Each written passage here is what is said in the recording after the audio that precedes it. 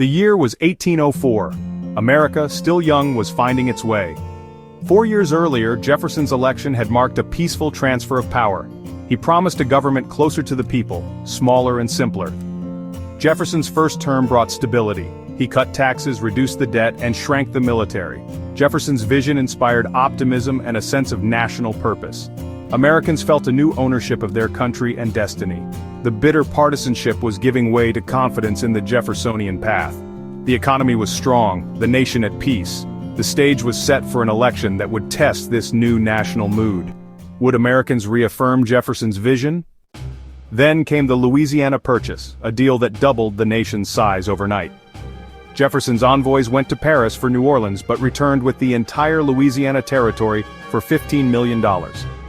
This vast new land secured the Mississippi River and opened the continent to American settlers.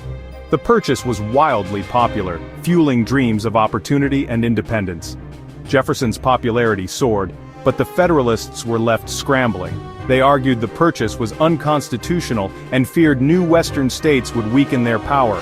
Their opposition seemed petty and out of touch with the country's expansionist spirit. While Americans celebrated, the Federalists worried about their fading influence. Their warnings failed to resonate. Jefferson had delivered an empire for liberty.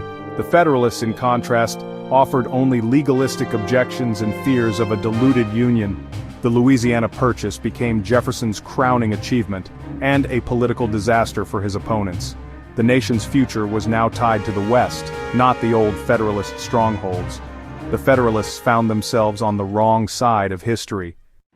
The Federalists nominated Charles Cotesworth Pinckney, a respected Revolutionary War veteran and diplomat. Pinckney represented the old guard aristocratic, favoring a strong central government and close ties with Britain. The Federalists envisioned an America led by the wealthy and educated, wary of too much democracy. Their platform emphasized industry, commerce, and hierarchy, values rooted in the Northeast.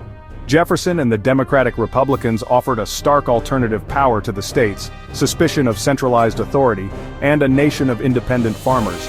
They championed westward expansion and broader participation in government. The election became a choice between two Americas, one urban and commercial, the other rural and agrarian. Jefferson's message of equality and liberty resonated with the majority: farmers, artisans, and pioneers. The Federalists' vision seemed increasingly out of step with the country's direction. The contrast was clear, and the stakes were high. The people would decide which vision would define the nation's future. The 1804 campaign was a landslide waiting to happen. Jefferson's record, peace, prosperity, and the Louisiana Purchase spoke for itself. The Democratic Republicans ran on their achievements, needing little more than to remind voters of the nation's progress. The Federalists, divided and weakened, struggled to find a message that resonated. Their opposition to the Louisiana Purchase made them seem sectional and out of touch. When the votes were counted, Jefferson and his running mate, George Clinton, won in a historic landslide. The Federalists carried only 2 states, their influence reduced to a shadow of its former self.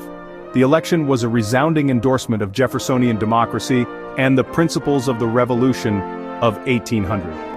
It confirmed that America's future lay in expansion, limited government, and the consent of the governed. The Federalist Party would never again seriously challenge for the presidency. Jefferson's vision would shape the nation for a generation, setting the stage for westward growth and democratic ideals.